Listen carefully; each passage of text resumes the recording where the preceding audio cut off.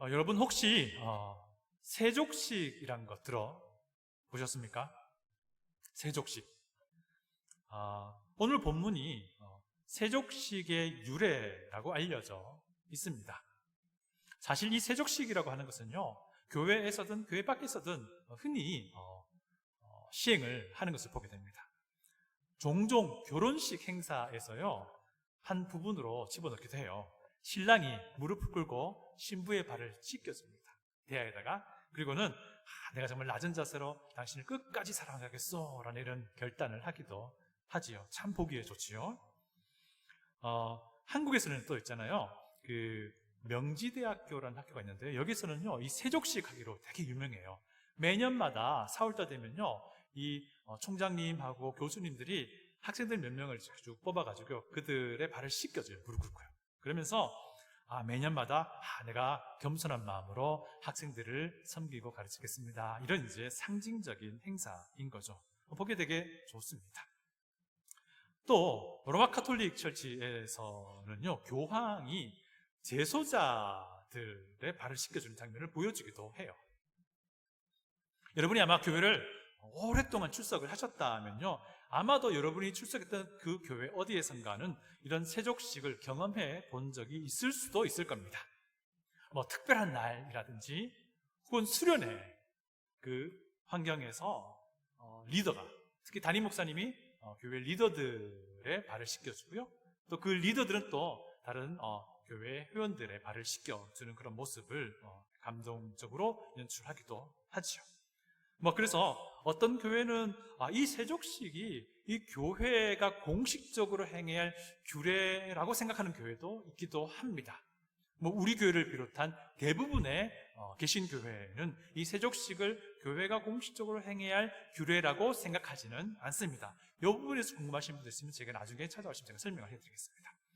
자, 어쨌든 우리는요, 요한복음 13장에 나오는 이 세족식을 통해서 이 예수님의 겸손이, 예수님의 이 섬김에 이 사랑이 과연 어떤 사랑이었던 것인지를 좀 살펴보고자 합니다. 우리가 너무 오랜만에 요한복음으로 돌아왔으니까 그 요한복음의 전반적인 내용을 잠깐 좀 설명을 하고 넘어가도록 하겠습니다. 요한복음을 내용상 두 가지로 나눈다면요, 첫 번째 파트는 1장부터 12장입니다.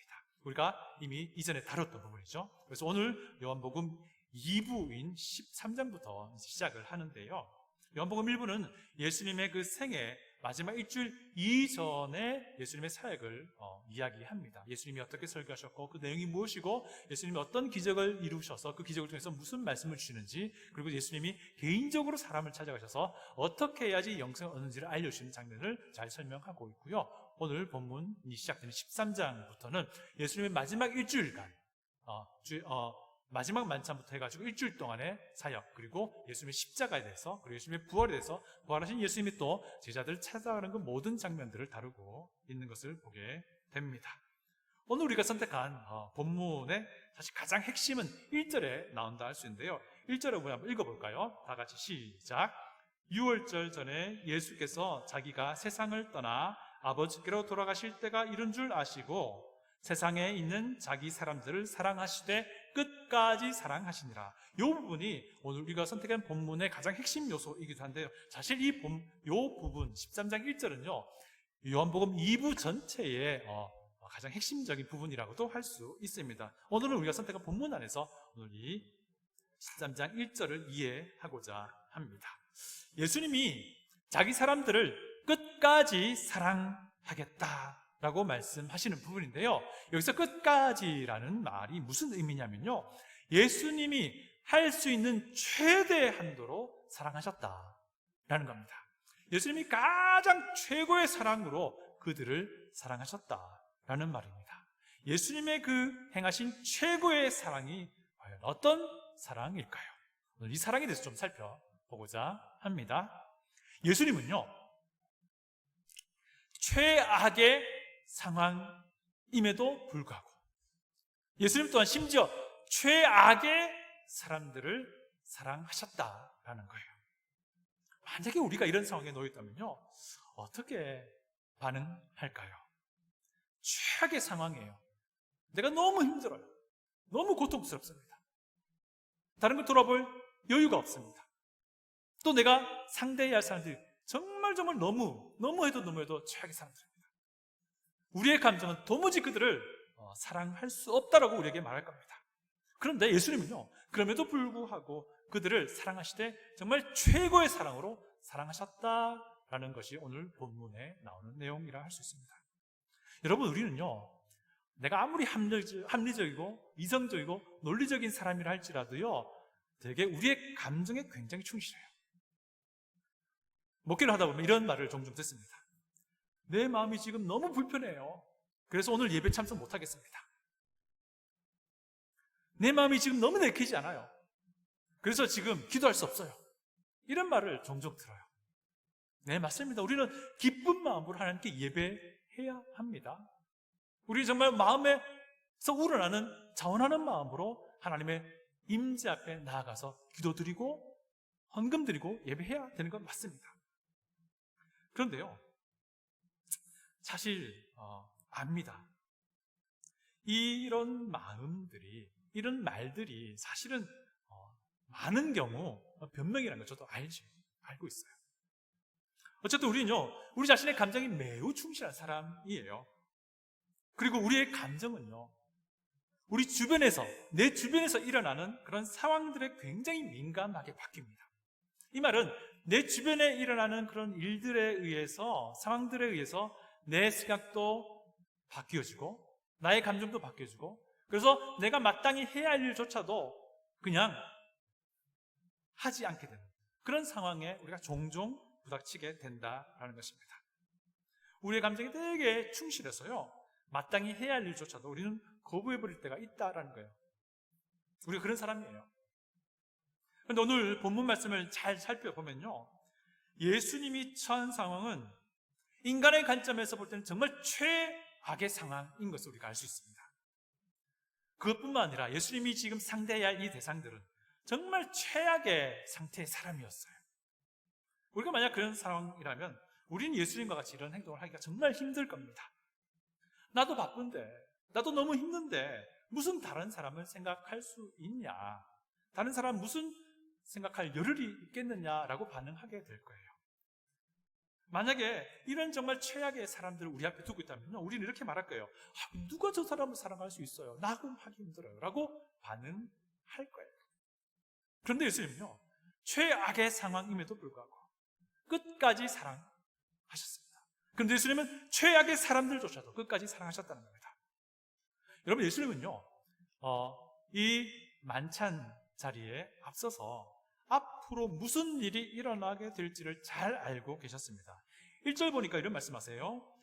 자기가 세상을 떠나 아버지께로 돌아가실 때가 이른 줄 아시고, 3절도 마찬가지예요. 아버지께서 모든 것을 자기 손에 맡기신 것과 자기가 하나님께로부터 오셨다가 하나님께로 돌아가실 것을 아시고, 예수님은 이미 이 후에 일어날 일들을 너무나도 잘 알고 계셨습니다. 이게 무슨 말입니까? 이제 곧 십자가를 맞아야 한다는 것, 예수님이 알고 계셨다는 거예요. 십자가의 고통스러운 죽음을 맞이해야 한다는 걸 예수님이 알고 계셨다라는 것입니다. 물론 예수님은 하나님이십니다. 그래서 이 고통과 이 고난을 충분히 기꺼이 감당할 수 있는 분이십니다. 그러나 우리가 또 생각해야 될 것은요, 이 예수님은 또한 완전한 사람이셨다는 거예요. 이 말이 무슨 말입니까? 내가 가지고 있는 인간적인 감정과 인간적인 생각을 다 가지고 계신 분이라는 겁니다. 그래서 예수님이요, 이렇게 겟세마네 동산에서 기도하신 거예요. 아버지, 이 잔을 돌이킬 수 있다면 돌이켰으면 좋겠습니다 라고 땀이 피가 될 정도로 기도를 했던 것입니다.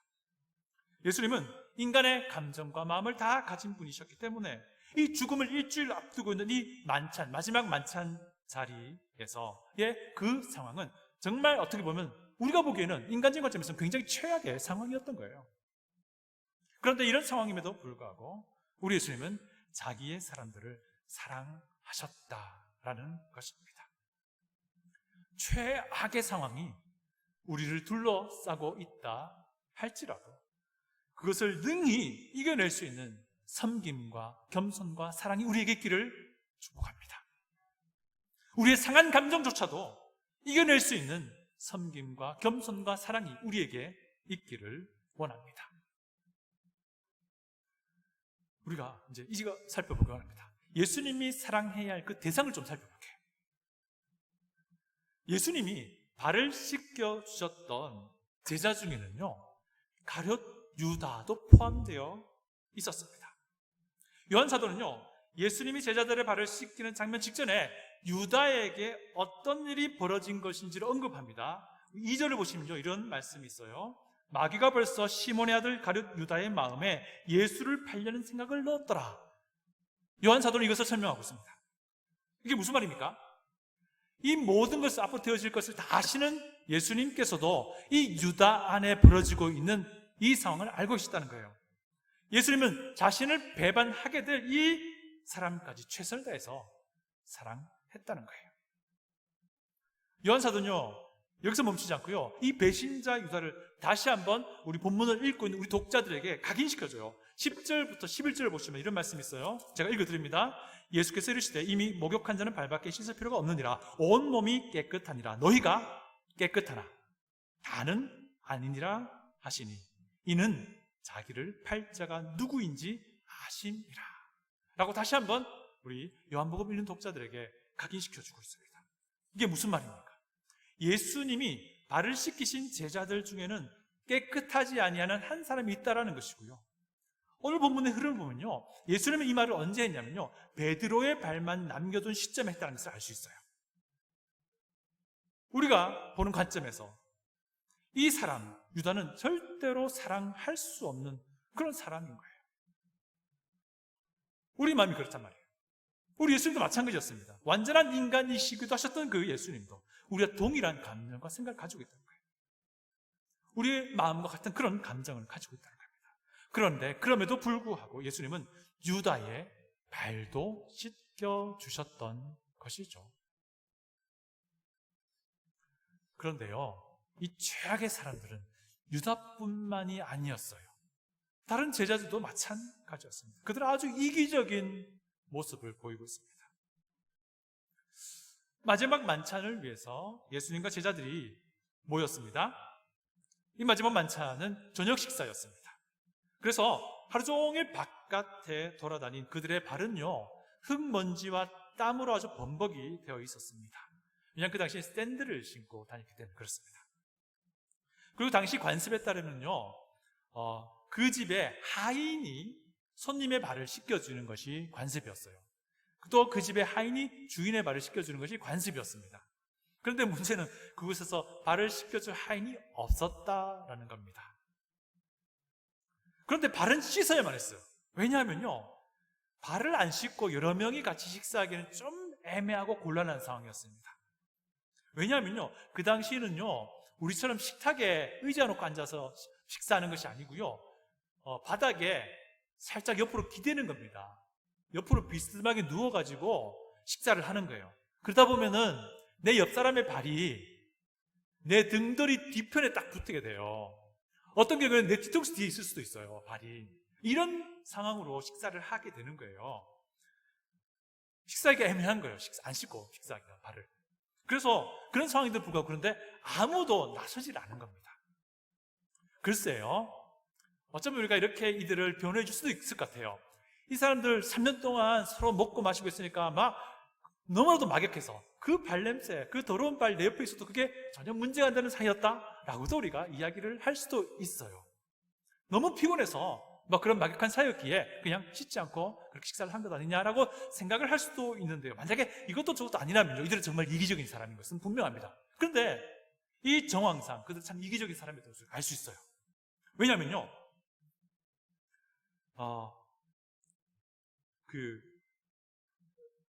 요한복음에는 언급되진 않는데요, 누가복음의 기록을 보면요, 이 식사가 끝날 무렵에 이 제자들 사이에 다툼이 일어나요. 제가 누가복음 22장 24절을 제가 읽어드릴게요. 한번 들어보십시오. 또 그들 사이에는 제자들 말합니다. 그중 누가 크냐 하는 다툼이 난지라.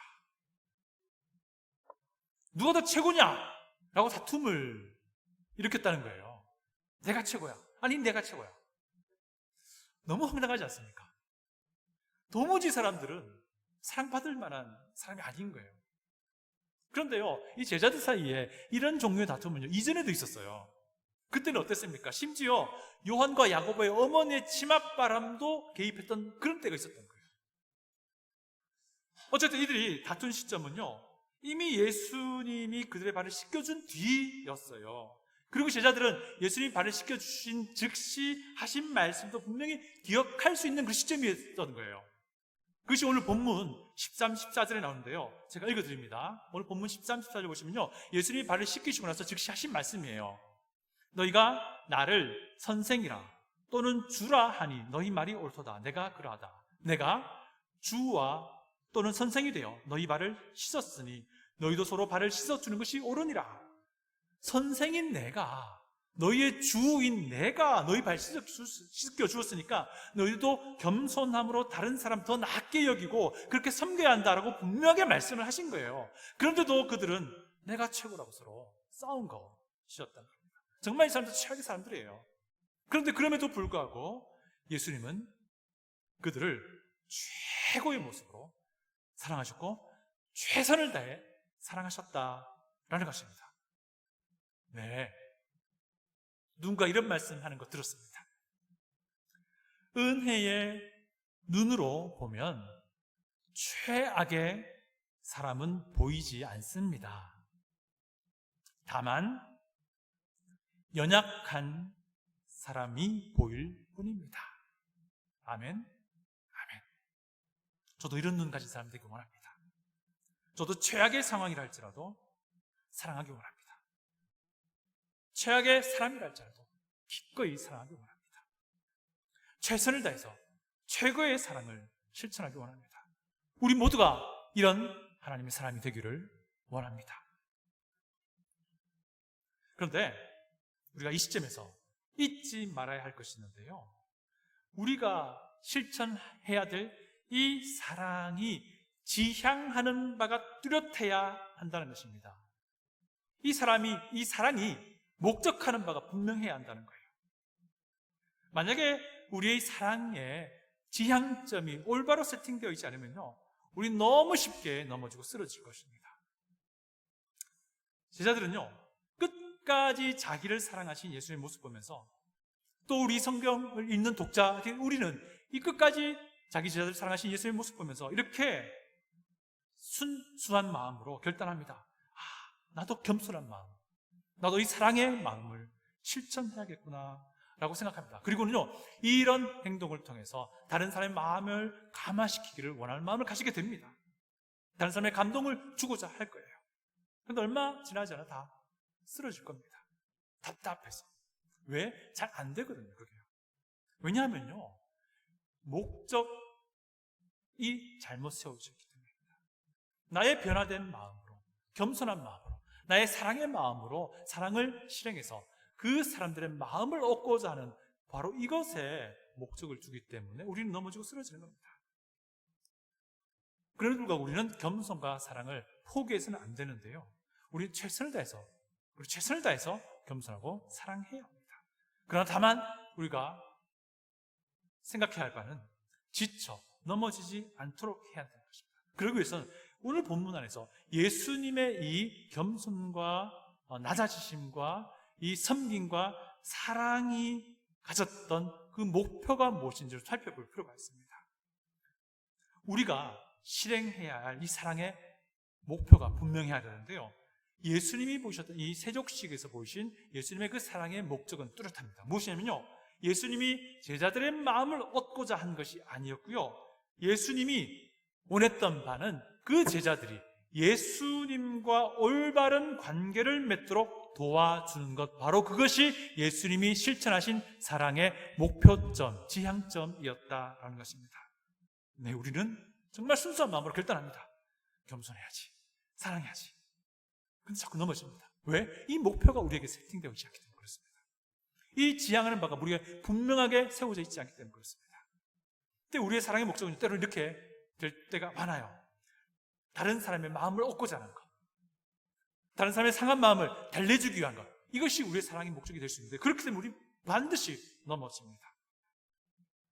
예수님은요, 이 사랑의 세족식을 시행한 것이 제자들의 마음을 얻고자 하는 것이 아니었습니다. 그들의 마음을 달래려고 한 것도 아니었어요. 예수님은요, 그들의 발을 씻은 이유가 그들이 예수님과 올바른 관계를 맺도록 도와주기 위한 것이었습니다. 이것이 우리의 사랑의 실천의 목적이 되어야 합니다. 목표가 되어야 한다는 거예요. 우리 다 같이 8절을 봅니다. 8절을 다 같이 읽습니다. 베드로가 이르되 내 발을 절대로 씻지 못하시리이다. 예수께서 대답하시되 내가 너를 씻어주지 아니하면 내가 나와 상관이 없느니라. 예수님이 하신 말씀은 분명합니다. 내가 너 안 씻어주면은 너 나와 상관이 없다. 이거예요. 관계가 없다. 이겁니다. 예수님이 제자들의 발을 다 씻고 나서 이제 베드로 차례가 된 겁니다. 그런데 베드로가 거부하잖아요. 그때 예수님이 이 말씀하신 겁니다. 내가 너 안 씻어주면 너 나와 상관이 없다. 관계가 없다. 예수님이 베드로를 씻기시는 그것이 베드로와 예수님과의 관계를 결정하는 요인이 된다는 것을 우리가 알려주고 있는 거예요. 베드로가 여기까지는 정말 액면 그대로 잘 이해를 했습니다. 예수님의 말씀을요. 그래서 베드로가 이 말 하는 겁니다. 그러면 예수님 발뿐만 아니라 온 몸도 좀 목욕시켜 주세요라고 한 거예요. 베드로가 왜 이 말을 했을까요? 베드로가 무슨 의도로 무슨 동기로 이 말을 했을까요? 세족식 이후에 그들이 내가 최고라고 다툰 그 정황을 우리가 살펴봤잖아요. 요거를 보면 베드로의 그 의도와 목적을 우리가 어느 정도 짐작할 수 있습니다. 무슨 말이냐면요, 다른 제자들은 발만 씻었습니다. 예수님이요. 근데 자기는 발뿐만 아니라 온몸을 씻어주신다면 예수님과 가장 가까운 최고의 사도가 될 것이라고 생각을 한 거예요. 너무너무 웃기지 않습니까? 그런데 우리 10절에서 예수님이 하신 말씀을 잘 살펴보아야 합니다. 10절을 봅니다. 10절입니다. 예수께서 이르시되 이미 목욕한 자는 발밖에 씻을 필요가 없느니라. 온 몸이 깨끗하니라. 너희가 깨끗하나 다는 아니니라 하시니. 이게 무슨 말입니까? 베드로는 이미 목욕을 했다는 거예요. 그리고 이미 목욕을 한 베드로는 깨끗하다는 그 말입니다. 그런데 깨끗하지 않은 한 사람인데 그가 누구라고요? 가룟 유다라는 것입니다. 가룟 유다는 처음부터 믿지 않았던 자라고 요한 사도는요, 요한복음에서 알려주고 있어요. 제가 요한복음 6장 64절 읽어드립니다. 그러나 너희 중에 믿지 아니하는 자들이 있느니라 하시니 이는 예수께서 믿지 아니하는 자들이 누구며 자기를 팔 자가 누구인지 처음부터 아심이라. 다시 오늘 본문으로 돌아서요, 이 말은요, 목욕한 자, 곧 깨끗해진 자, 곧 예수 그리스도를 믿는 자라는 거예요. 반면에 깨끗하지 않은 유다는 예수님을 믿지 않는 자라는 것을 우리가 알려주고 있고요. 유다는 목욕을 해야 할 필요가 있는 사람이라는 거예요. 그러나 이미 목욕한 베드로는 목욕할 필요가 없고 더러워진 발만 씻으면 된다라고 하는 것을 말하고 있는데, 결국 예수님이 씻어주시는 이 모습이 예수님과의 관계가 유지되게 하는, 혹은 시작되게 하는 그런 무언가라고 하는 거예요. 이것이 무엇입니까? 예수 그리스도를 믿음으로써 온몸에 묻은 더러운 죄악을 깨끗하게 씻은 자들은 그것으로부터 예수님과의 관계가 시작이 된다는 것을 의미합니다. 그렇게 예수님과 관계가 시작된 자들은 발에 묻은 먼지를 깨끗하게 씻어낼 필요가 있고, 그것을 통해서 그 시작된 관계를 더 깊이 있게 유지해 나갈 수 있다는 것을 우리가 알려주고 있는 거예요. 한번 몸을 깨끗하게 씻은 자들은 다시 몸을 깨끗하게 씻을 필요가 없습니다. 왜냐하면 예수 그리스도의 흘리신 피는 단 한 번으로써 나의 과거, 현재, 미래의 모든 죄악들을 다 해결하셨기 때문입니다. 혹시 여기에 계신 우리 중에 아직 예수님과 이 관계가 시작되지 않은 분이 있답니까?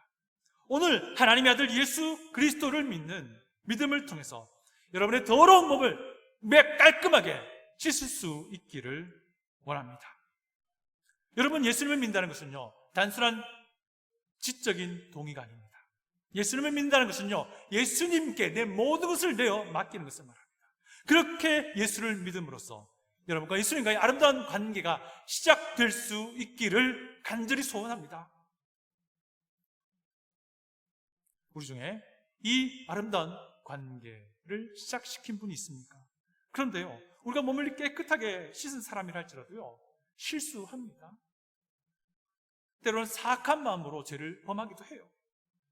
그런데 이 실수와 이 죄악을요, 예수님께 가지고 나아가지 않으면, 예수님께 가지고 나아가서 자백, 고백하지 않으면요, 우리는 예수님과의 관계가 끊어지지 않지만 그 관계가 아주 소원해집니다. 꼭 마치 우리 자녀 키울 때 자녀가 뭔가 잘못했어요. 그런데 부모에게 와서 아빠, 엄마 죄송해요 라고 말하지 않고 계속 쭈뼛쭈뼛 막 아빠, 엄마 잘 오지 않잖아요. 그런 것과 마찬가지인 거예요. 그래서 이후에 요한 사도는요, 요한 1서에서 몸을 씻어 깨끗하게 된 사람이 발에 묻은 때를 씻어야 할 것을 이렇게 묘사를 합니다. 요한 1서 1장 9절입니다. 만일 우리가 우리 죄를 자백하면 그는 미쁘시고 의로우사 우리 죄를 사시며 우리를 모든 불의에서 깨끗하게 하실 것이요. 이것이 무슨 말입니까? 이미 몸이 깨끗해진 자들이 살아가다가 짓게 된 실수와 죄악에 대해서 예수님께로 나아가서 자백함으로써 회개의 과정을 통해서 다시 예수님과의 관계를 더 돈독하게 세워나갈 것을 말하고 있는 겁니다. 여러분, 여기에 이미 영원한 생명을 얻어서 예수님과의 아름다운 동행의 관계를 시작하신 분이 있습니까? 그렇다면요, 우리 발에 묻게 되는 이 더러움과 오물을 깨끗하게 씻어냄으로써 예수님과의 그 관계를 더 깊이, 더 친밀하게 유지할 수 있는 지혜로운 자들이 될 수 있기를 바랍니다. 세족식을 통해서 예수님의 겸손, 사랑이 목표했던 바가 무엇입니까? 제자들이 예수님과 더 깊이 있는 친밀한 관계를 유지하기 원하셨습니다. 세족식을 통해서 예수님은 제자들의 마음을 얻으려고 하지 않으셨어요. 세족식을 통해서 예수님은 그들의 교만한 마음을 얼레고 달래주려고 한 것이 아니었습니다. 발을 씻기는 겸손과 사랑을 통해서 예수님은요, 그들의 더러워진 양심을 깨끗하게 함으로써 예수님과 더 친밀한 관계를 유지하도록 도와주기를 원하셨습니다. 여기에 예수님의 겸손과 예수님의 사랑이 목표하는 지향점이 있는 것입니다. 우리는 예수님의 겸손과 사랑을 부지런히 따라가야 합니다. 그런데 그 사랑이 목표하는 바가 분명해야 합니다. 다른 사람의 마음을 얻는 것이 아니고요, 다른 사람의 마음을 달래주는 것이 아니고 그들이 예수 그리스도 앞에 순결하고 순수하게 서도록 도와주는 거예요. 그래서 그들이 예수님과 더 깊이 있는 관계를 유지할 수 있도록 도와주는 것입니다. 혹시 그가 아직 예수님 관계가 시작되지 않은 분이라면 예수님과 함께 그 관계가 시작되도록 도와주는 바로 이 일인 것입니다.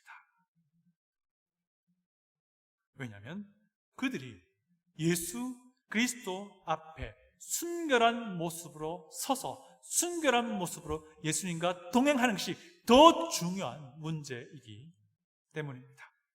사랑하는 성도 여러분, 우리는 예수님의 겸손과 사랑을 배워야 할 것입니다. 그리고 그 사랑을 실행해야 할 것입니다. 예수님은 최악의 상황임에도 불구하고 끝까지 사랑하셨습니다. 예수님은 최악의 사람이랄지라도 그들을 끝까지 사랑하셨습니다. 예수님은 그들의 마음을 얻고자 한 것이 아니고 그들의 마음을 달래주기 위한 것이 아니고 그들이 예수님과 친밀한 관계를 바로 세워나가기를 원했다는 것, 바로 이 사실을 우리가 잊지 않기를 원합니다. 끝으로 빌립보서 2장 한 부분을 읽어드리기 원합니다. 예수님의 그 겸손과 낮아지심의 사랑이 무엇을 향해 바라보고 있는지를 우리에게 잘 보여주는 말씀입니다. 그는 근본 하나님의 본체시나 하나님과 동등됨을 취할 것으로 여기지 아니하시고 오히려 자기를 비워 종의 형체를 가지사 사람들과 같이 되셨고 사람의 모양으로 나타나사 자기를 낮추시고 죽기까지 복종하셨으니 이는 십자가의 죽음이라. 여러분, 예수님께서 낮아지시고 겸손한 모습으로 사랑을 베푸신 그 목적이 무엇입니까? 바로 자신의 십자가 사역이라는 것입니다. 이 십자가를 통해서 죄인들은 죄 용서받고 예수님과의 친밀한 관계를 시작할 수 있습니다. 이 십자가를 통해서 예수님과 친밀한 관계를 시작한 그들은 그 관계를 더 아름답고 더 돈독하게, 더 끈끈하게 만들어 가는 것입니다. 오늘 이 아름다운 은혜의 모습이 우리 가운데, 우리 교회 안에 넘칠 수 있기를 기대합니다. 다 같이 기도하겠습니다.